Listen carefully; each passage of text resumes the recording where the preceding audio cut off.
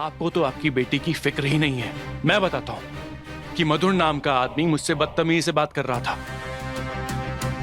मुझे बोलता है कि आप अभी जेठ बने नहीं हैं और हो सकता है आप बने भी ना। अब आप मुझे बताइए कि ये सब चल क्या रहा है। जी, मैं तो कुछ समझ ही नहीं पा रही हूँ। आपको समझ में नहीं आ रहा है, आप आश्चर्यचकित हो रही हैं, तो सोचिए हमारा क्या हाल होगा इस वक्त। अरे माशिमा, आप ही बताइए, ऐसे कोई किसी से बात करता है क्या? नहीं ना। आना, कौन है ये मधुर, तुम बताओ जरा। मुझे तो लगा कि मैं ही सबसे ऐसे उल्टी सीधी बातें करती हूँ और फिर डांट खाती हूँ। मुझे तो ऐसा लग रहा है ये मधुर भी ना ऐसा ही है, मेरे जैसा ही। हाँ आना, मुझे सच सच बताना, ये मधुर वही क्रिमिनल है ना जिसकी न्यूज़पेपर में फोटो छपी थी? मेरी बेटी की ऐसे किसी आदमी के साथ जान पहचान होगी, ऐसे आपने सोच भी कैसे लिया? ऐसे कैसे कह सकते हैं?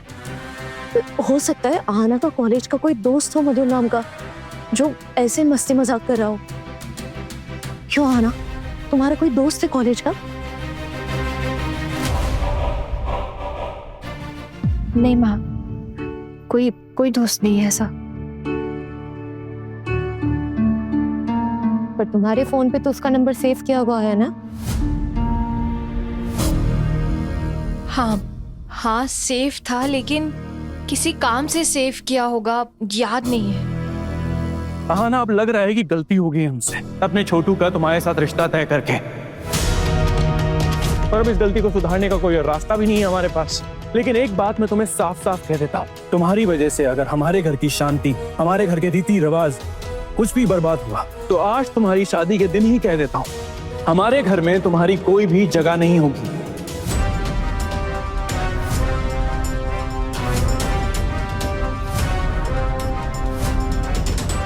दादा, बेचारी को पता भी नहीं है कि फोन किसका था।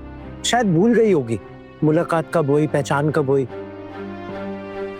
आप बेफालतू में ही उसको इस बात पे सुनाए जा रहे हैं। मैं बेफालतू में कोई भी बात नहीं करता हूँ। मत भूलो, तुमसे उम्र में बड़ा हूं मैं, और तुमसे ज्यादा दुनिया देखी है मैंने। आना, ये मधुर कौन है बेटा? माँ मैं सच में नहीं जानती, मैं सच में नहीं समझ पा रही हूँ किसकी बात कर रहे हैं। ठीक है, अभी ये सब चीजें बंद करते हैं। हल्दी की रस्म के लिए आए थे, पहले ही बहुत देर हो गई है, घर पे भी बहुत काम पड़ा है। अभी चलकर रस्म शुरू करते हैं। जी चलिए।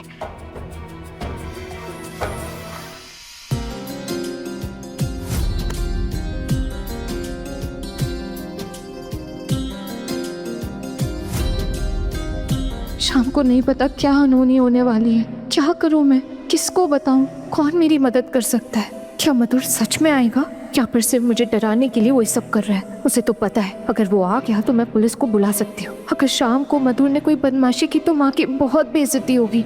हे भगवान, कोई तो रास्ता दिखाइए।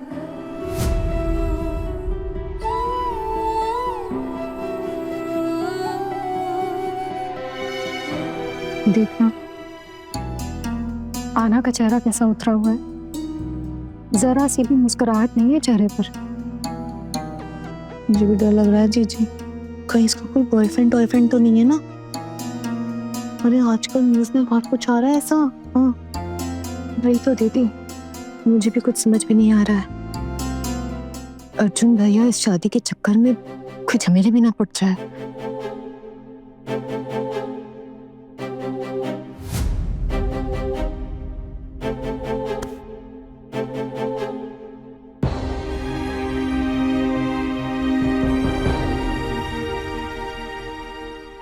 ये लीजिए, मुंह मीठा कीजिए। जी अभी हम कुछ नहीं खाएंगे। देखिए, खामिखा की एक गलतफहमी के चक्कर में आप हम लोगों से नाराज मत होइए। गलतफहमी की तो कोई बात ही नहीं है, मेरे देवर को कोई गलतफहमी नहीं हुई है। सच में आना के फोन पर किसी अनजान आदमी का कॉल आया था, हम सबने देखा, सुना ना आपने? उसने देवर जी से क्या कहा, अब आप ही बताइए। ठीक शादी वाले दिन अगर ये सब बातें होंगी तो हमें कैसा लगेगा?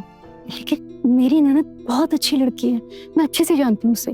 पक्का ना किसी ने बदमाशी की है, आप प्लीज समझिए। अभी तक तो हमें भी यही लग रहा था कि वो अच्छी लड़की है, लेकिन अब तो फिर नहीं नहीं, शक की तो कोई गुंजाइश ही नहीं है। आप एक बार उसे अपने घर की बहू बनाकर लेके तो जाइए, फिर देखिएगा कितनी अच्छी लड़की है। आप लोग तो समझते हैं ना, लड़की की शादी के वक्त कितने लोग पीछे पड़े रहते हैं परेशानी खड़ी करने के लिए। आप गुस्सा छोड़िए और मिठाई खाइए प्लीज। अच्छा अच्छा ठीक है, इतना बात बोल रही है, थोड़ा ले लेते हैं, है ना?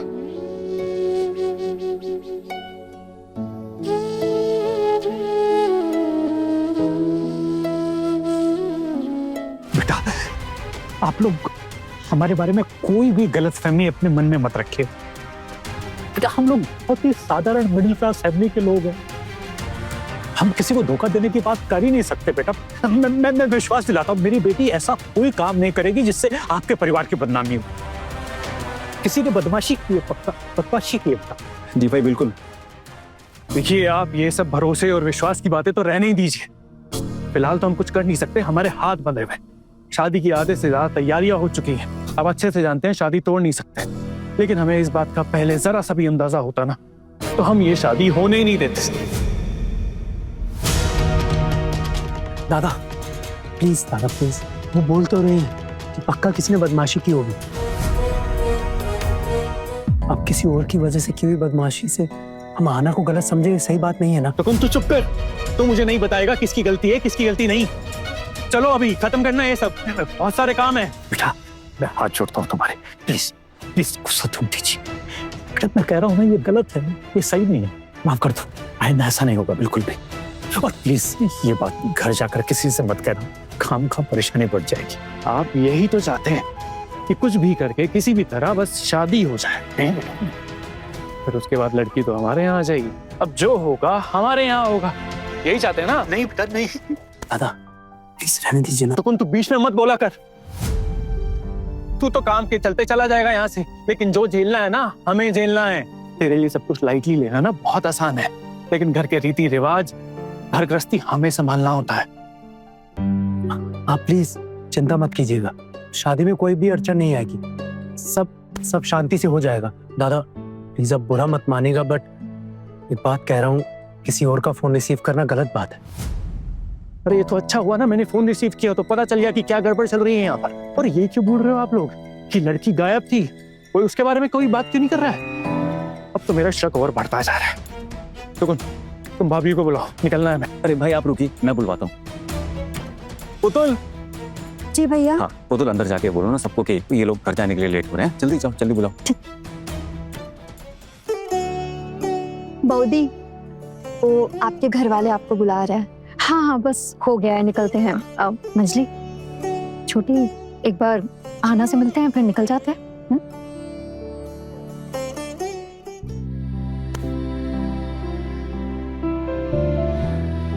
हम लोग चलते हैं।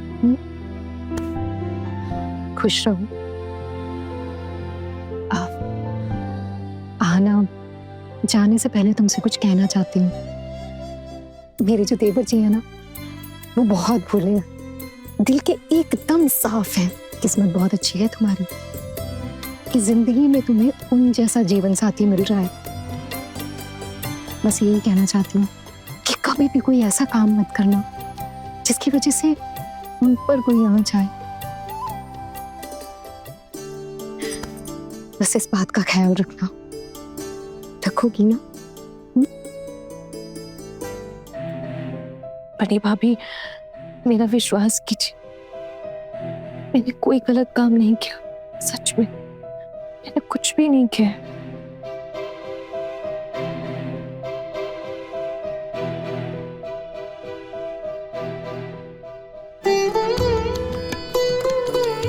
ठीक है, करते हैं हम तुम पे विश्वास।